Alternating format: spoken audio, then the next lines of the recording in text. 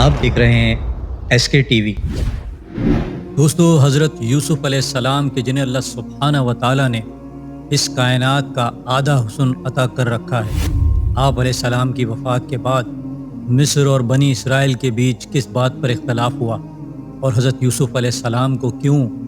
مصر میں زمین پر نہیں بلکہ دریائے نیل کے بیچوں بیچ دفن کیا گیا، اور کیوں یہودی آج حضرت یوسف علیہ السلام کی قبر مبارک ڈھونڈنے میں لگے ہوئے ہیں۔ آج کی اس ویڈیو میں ان تمام تر سوالوں کے جواب جاننے کی کوشش کریں گے، اس لیے آپ دوستوں سے گزارش ہے کہ اس ویڈیو کو اینڈ تک پورا لازمی دیکھیے گا اور ویڈیو کو لائک اور پلیز اس چینل کو سبسکرائب بھی کر دیجیے۔ دوستو، حضرت یوسف علیہ السلام کی زندگی کا قصہ بڑی تفصیل کے ساتھ قرآن کریم کی سورہ یوسف میں بیان کیا گیا ہے کہ کس طرح آپ علیہ السلام کے سوتیلے بھائیوں نے آپ علیہ السلام سے حسد کرتے ہوئے آپ کو اندھے کنویں میں پھینک دیا تھا، اور پھر وہاں سے گزرنے والے قافلے نے آپ علیہ السلام کو مصر کے بازار میں لے جا کر بیچ دیا، اور عزیز مصر کی بیوی نے آپ علیہ السلام کو جیل میں قید کروا دیا، مگر ان تمام تر آزمائشوں کے باوجود آپ ثابت قدم رہے، اور ایک دن حضرت یوسف علیہ السلام عزیز مصر بنا دیے گئے۔ دوستو، جب حضرت یوسف علیہ السلام مصر کے عہدے پر فائز ہوئے تو ایک طویل عرصے کے بعد اللہ سبحانہ و تعالیٰ نے حضرت یوسف علیہ السلام کو ان کے والد اور ان کے خاندان سے ملوا دیا، اور جب آپ علیہ السلام کے والد تمام خاندان کے ساتھ مصر تشریف لائے تو حضرت یوسف علیہ السلام اور ان کے والد کی ملاقات پورے 40 سال بعد ہوئی، اور جب دونوں باپ بیٹوں نے ایک دوسرے کو دیکھا تو دونوں ایک دوسرے سے گلے لگ کر اتنا روئے کہ یہ دیکھ کر آسمان پر فرشتے بھی رونے لگے۔ حضرت یعقوب علیہ السلام کا پورا خاندان یہاں مصر میں آ کر آباد ہو گیا، اور مصر کے بادشاہ نے دریا نیل کے کنارے آپ کے خاندان کے لیے زرخیز زمین مختص کی، جہاں ان کا خاندان خوب پھلتا پھولتا گیا، اور بنی اسرائیل ایک خاندان سے ایک قوم بن گئی، اور بنی اسرائیل کے لوگ مصر کی حکومت میں بھی شامل ہو گئے اور حکومتی منصب اور تجارت تک میں حصے دار بن گئے تھے، اور یوں وقت گزرتا گیا، اور جب حضرت یوسف علیہ السلام کی عمر 100 برس ہوئی تو حضرت یعقوب علیہ السلام کی عمر 147 برس ہو گئی تھی، تو اللہ سبحانہ و تعالیٰ نے حضرت یعقوب علیہ السلام کی روح قبض کرنے کا حکم دیا، یعنی حضرت یعقوب علیہ السلام کی وفات ہو گئی، اور حضرت یعقوب علیہ السلام نے اپنی وفات سے پہلے یہ وصیت کی تھی کہ میری قبر کو وہیں پر بنانا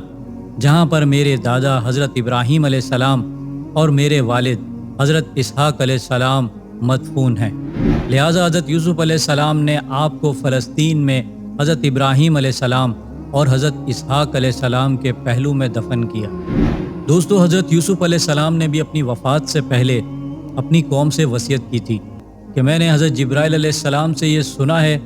کہ آنے والے وقت میں میری قوم کے لوگ یعنی بنی اسرائیل دوبارہ کنعان یعنی فلسطین میں آ کر آباد ہو جائیں گے، یعنی بنی اسرائیل دوبارہ کنعان یعنی اپنے آبائی علاقے کی طرف ہجرت کریں گے، لہٰذا جب وہ وقت آ جائے تو میری میت کو بھی میرے دادا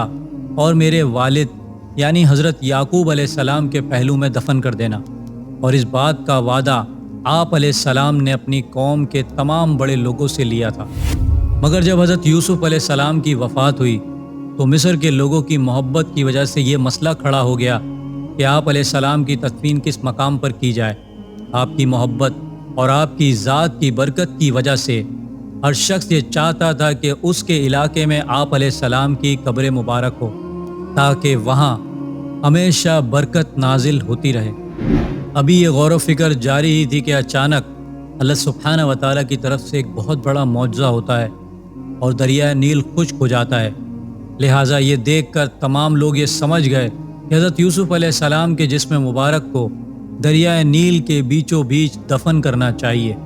تاکہ جب دریائے نیل پھر سے رواں ہو تو دریا کا پانی آپ علیہ السلام کی قبر مبارک کو چھو کر گزرے تو پورے مصر کے لیے یہ برکت لے کر آئے۔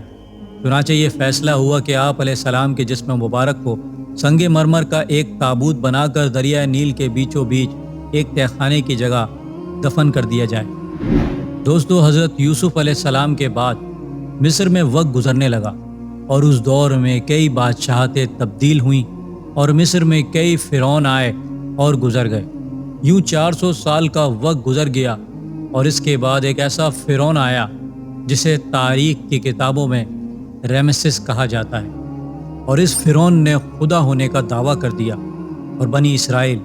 اور مصر کے لوگوں کو اپنا غلام بنا لیا،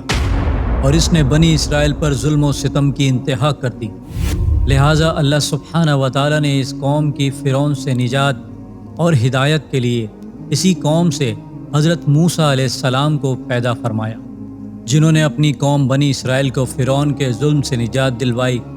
اور یہ سمندر میں اپنی فوج کے ساتھ ہی غرق ہو گیا۔